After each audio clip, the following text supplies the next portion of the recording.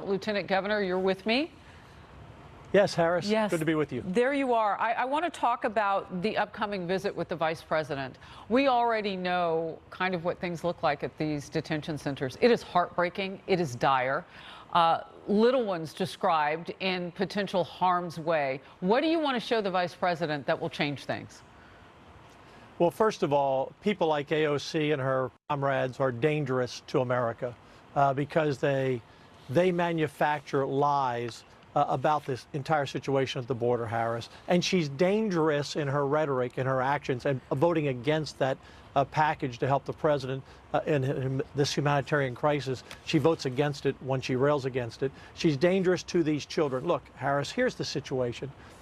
We have 4 to 5 to 6 times as many children coming across the border in family units than we've ever had in the past. These last couple of years, it has moved from single individual young men crossing the border to family units. We have an obligation, Harris, to make sure these children who are coming in are protected.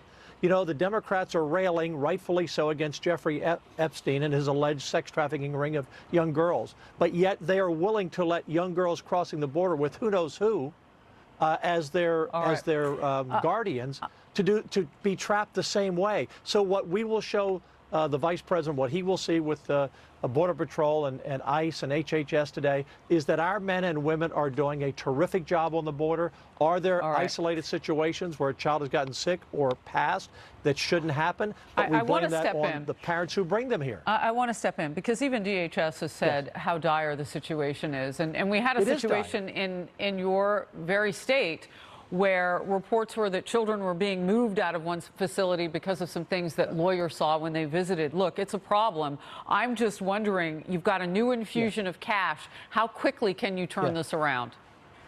Well, it's federal government dollars, and we're working in partnership. We're sending in 1,000 National Guard, another 1,000 to add to the 1,000 we've already sent. But Harris, here's what I'm trying to get to, is the people who are coming here, the parents who are sending their children here, with other males or other guardians. We don't know who these people are. What do the Democrats and the American people expect us to do? Just turn these kids loose on the street?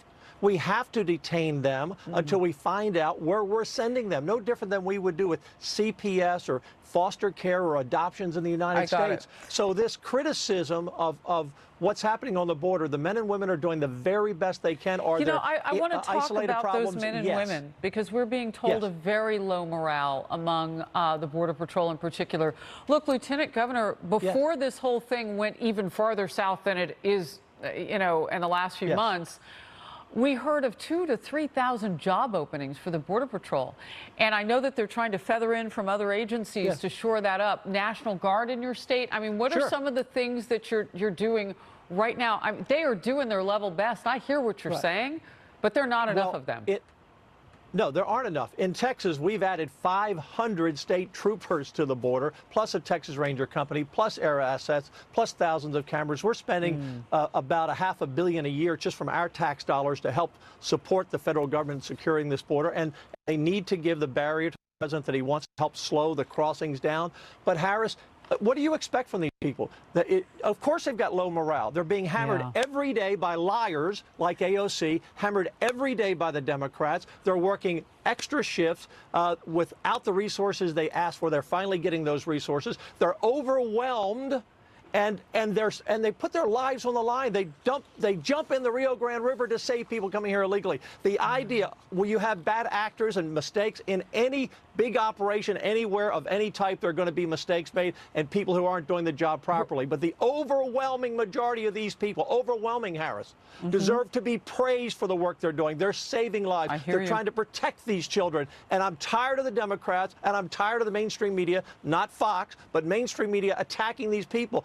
No wonder we have thousands of openings. It's a tough job. It's tough just to get people to want to live down on the border in some of these isolated areas in the middle of nowhere. The border's a wonderful place to live, but not everyone wants to go there and work when they're in the middle of nowhere. And then on top of it, their lives are in danger. They're dealing with drug cartels. They're dealing with drug runners. They're dealing with thousands of children they weren't trained to handle. I'm sick and tired of the Democrats and AOC lying about this, calling it a manufactured crisis, and it's time America stand behind these people like we stand behind our military, because they're doing the best they can in terrible circumstances created by Congress. Lieutenant Governor, I know that we've had a number of Democrats who've gone to these centers. Senator Kamala Harris, not just AOC and others, who have talked about centers where there are 2,700 kids in other states, not yours, but in Florida. And in terms of what they see, I know you say it's lying. It may be a perspective thing, but one thing is for sure, you're dedicating a lot of resources to this. Yes, we are. Took notes on how many troops, so on and so forth. I appreciate your time. The president says Mexico has stepped up, wondering how much that will make a difference moving forward. Lieutenant Governor Dan Patrick, thank you very much.